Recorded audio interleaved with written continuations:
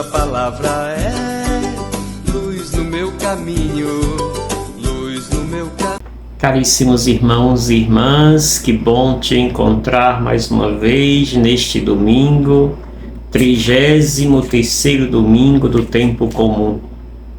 Mais uma semana estaremos encerrando este ano litúrgico. Comecemos o nosso dia neste domingo, mais uma vez revisitando o nosso solo sagrado, o lugar que Deus habita, nós mesmos, nosso coração, que é a sede de Deus. Por isso, para revisitar este lugar sagrado e santo, só é possível por meio da nossa consciência respiratória. Respirar consciente e acolher este Deus que se revela a cada inspiração, a cada expiração. Deus se revela nesse movimento litúrgico do respirar. Pena que nós achamos que, por ser um movimento tão simples, tão banal muitas vezes para alguns, damos poucas importância a este ato. Mas se nós quisermos viver plenamente neste momento presente, o lugar que Deus habita, só é possível por meio da valorização deste ato de respirar. Por isso, respire consciente e acolha neste movimento sagrado a presença de Deus. Se acolha, se ame como você é. Não queira ser como fulano de tal, como alguém que eu vejo nas redes sociais. Seja você. Se ame como você é. Deus te ama plenamente.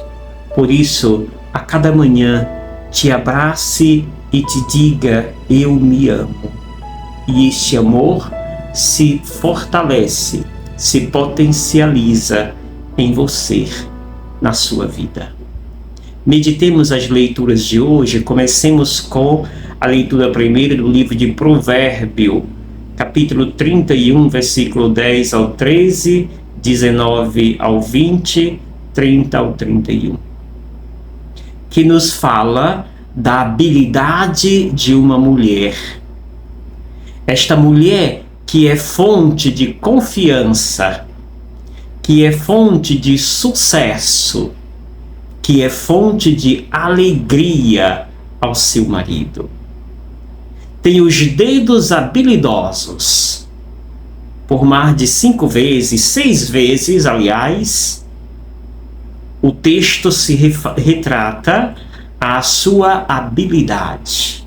A habilidade dos seus dedos. A habilidade da sua atenção àquilo que escolheu fazer.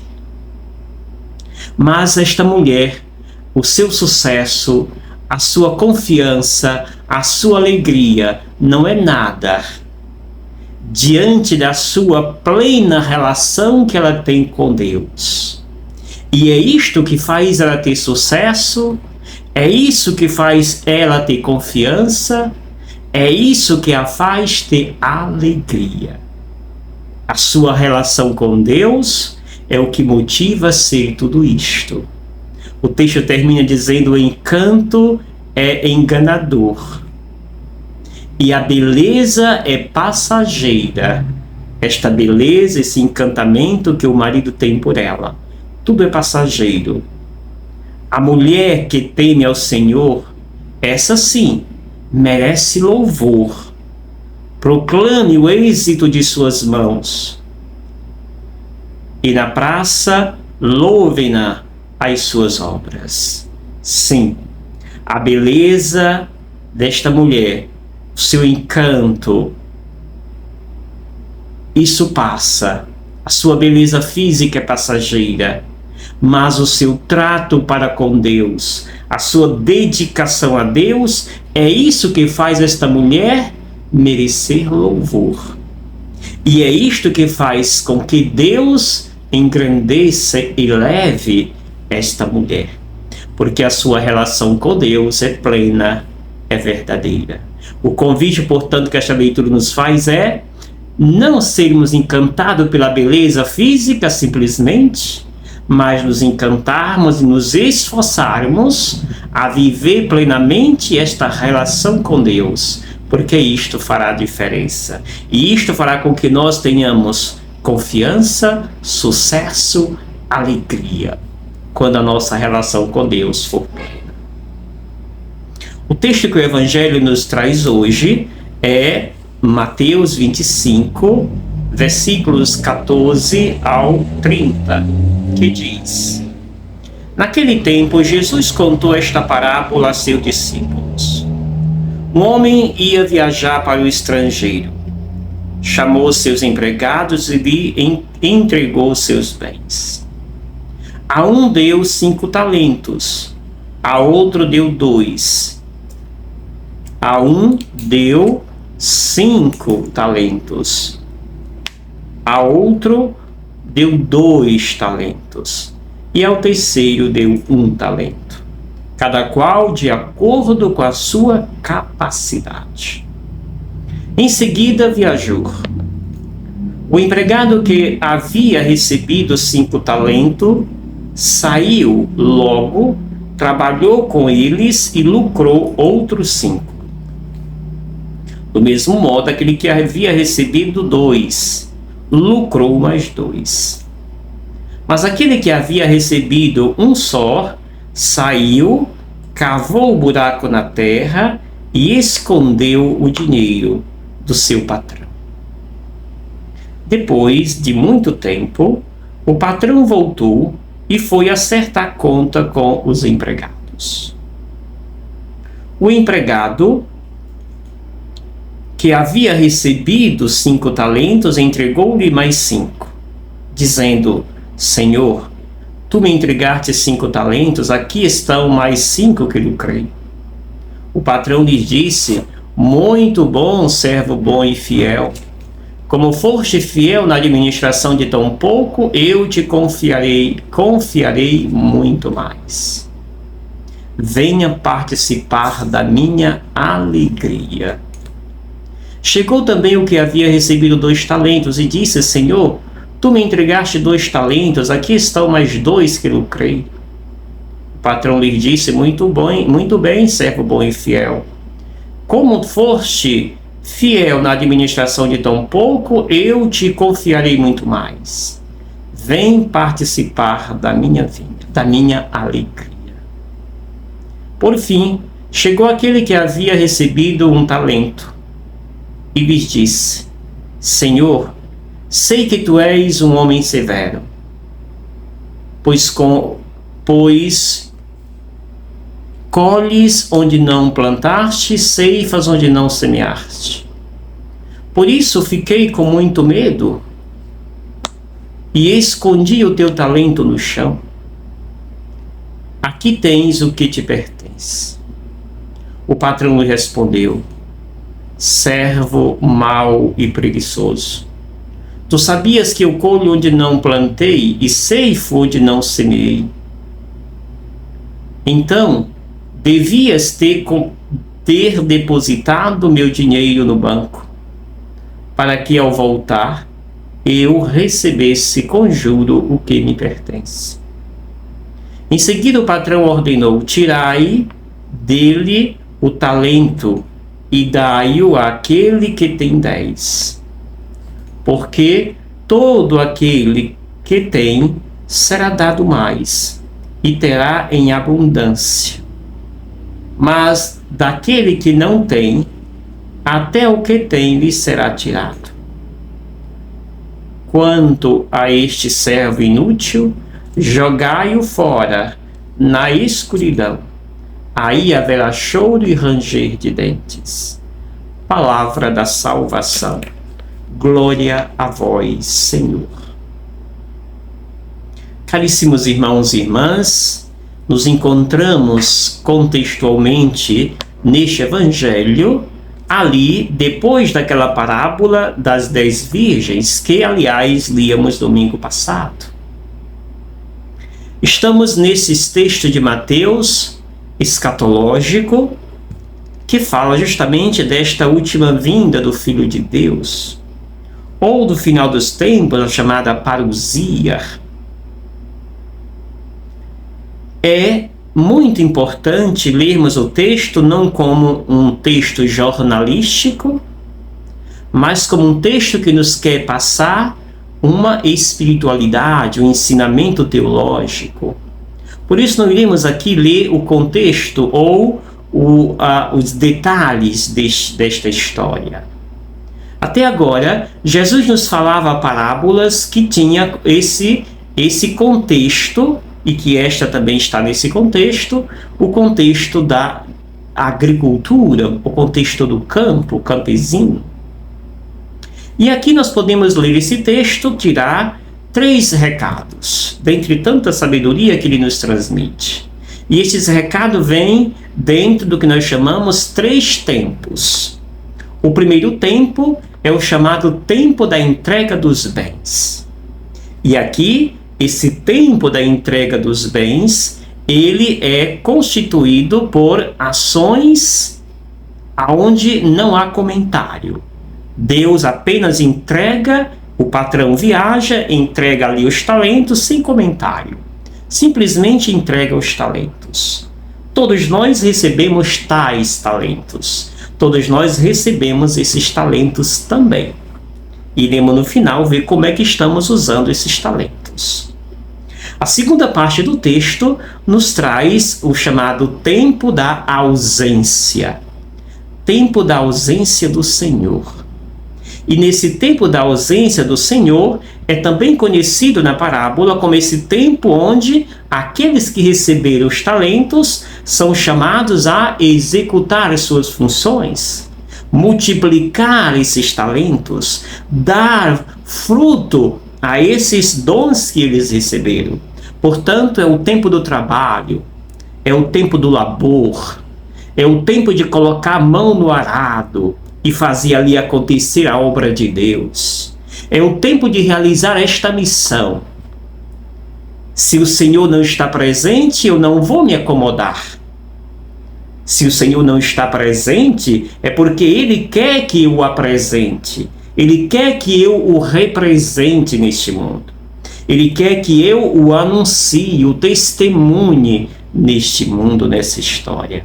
Eis a nossa função. Eis o nosso papel. Estamos vivendo este tempo kairos, o tempo da graça de Deus, que é o tempo de fazer acontecer a manifestação de Jesus por meio do nosso testemunho, das nossas boas ações. Assim, essa segunda parte do texto revela, portanto, este tempo do trabalho, do labor, tempo de fazer acontecer, multiplicar os dons que Deus colocou em nossas mãos. Terceira e última parte da história nos fala, portanto, do tempo da prestação de contas. E aqui, nesse terceiro momento, é enfatizado um tempo maior para o segundo servo, empregado. Os 2 primeiros empregados entenderam o recado de Deus e entenderam que esse tempo da ausência do Senhor é o tempo de fazer multiplicar os dons que Deus nos deu, nos confiou. Contudo, aquele terceiro empregado não entendeu assim. Entendeu que o tempo da ausência do Senhor é um tempo de ficar acomodado. É um tempo de fazer abortar o dom de Deus. É um tempo de enterrar o dom que Deus me confiou. Entendeu tudo errado. E quem vai dizer isso não sou eu, é o próprio Deus. Pois esse terceiro momento é o tempo de colher os frutos que nós fizemos multiplicar com os dons que Deus me confiou. Aos 2 primeiros, eles entenderam e por isso entregaram a multiplicaram aqueles talentos que Deus os confiou. E a resposta de Deus será: venha participar da minha alegria. Eu te confio. Muito bem, servo bom e fiel. Eu te confiarei. Portanto, a minha alegria, aquela alegria da mulher do livro de Provérbios. Aí esse último servo empregado vai escutar de Deus: servo mau e preguiçoso. Quando nós não multiplicamos os dons de Deus, nós somos vistos como servos preguiçosos, passivos, como aqueles que não entenderam o recado de Deus, que acharam que Deus é para ter medo, e Deus não bota medo a ninguém. Deus nos incentiva a dar frutos. E aí, o resultado daquele que fez do tempo da espera, da ausência do Senhor, como um tempo de comodismo, de acomodação, a resposta será: tirai dele o talento e dai àquele que tem 10. Porque todo aquele que tem será dado ainda mais, e terá em abundância. E daquele que não tem será tirado até mesmo o que tem. Sim. Quando nós temos os talentos de Deus em nossas mãos, mas em vez de multiplicar esses talentos, nós enterramos, isso que nós enterramos, até isto vai desaparecer. Quando formos procurar desenterrá-la da terra, não vamos encontrar mais, porque nós simplesmente não cultivamos este talento. O talento que Deus nos dá só tem utilidade se nós multiplicarmos, cultivarmos, fazer isto a multiplicar e vir a dar fruto. Do contrário, o resultado será jogar fora, e ali haverá choro e ranger de dentes quando nós não entendemos o recado de Deus. A pergunta é: o que estou fazendo com os talentos que Deus me deu? Nesse tempo da espera, da ausência de Deus, eu estou multiplicando os talentos ou eu enterrei o talento porque tenho medo de Deus? Cuidado! Aquele que tem medo de Deus, o resultado é claro. A resposta de Deus é muito evidente, muito clara para aquele que assim faz. Termino com o recado que a carta de Paulo aos Tessalonicenses vem nos trazer, quando diz que não há por que escrever a vocês o tempo, a respeito do tempo e da hora do Filho de Deus chegar. A famosa parousia. Porque nesse tempo de espera, diz Paulo, é preciso que nós vivamos como filhos da luz, como filhos do dia, e não como filhos da noite e das trevas. Viver como filho do dia, como filho da luz, é viver dando fruto, multiplicando os talentos de Deus. Por isso, não nos comportemos como os filhos das trevas da noite, mas nos comportemos como filhos da luz, do dia. Porque para nós cristãos católicos não importa saber o dia que virá o Senhor. O que importa é estarmos fazendo acontecer a obra de Deus. O que importa para nós é estar dando fruto, fazendo multiplicar os talentos que Deus nos confiou. Façamos isto, e a alegria de Deus se multiplicará em nossos corações, em nossa vida. Não esqueça de se inscrever no canal do Padre Gildenor. Deixe seu like sempre que me ouvir, recebeste meus vídeos. Não esqueça de deixar seu like, de se inscrever, de compartilhar com seus amigos e pedir que se inscreva no canal Sopro de Esperança e assim fazer crescer a família Sopro de Esperança, a família dos que meditam a palavra de Deus com o Padre Gildenor. E eu te abençoo, em nome do Pai, do Filho e do Espírito Santo. Amém. Gratidão.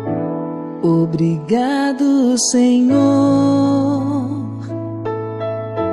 porque és meu amigo.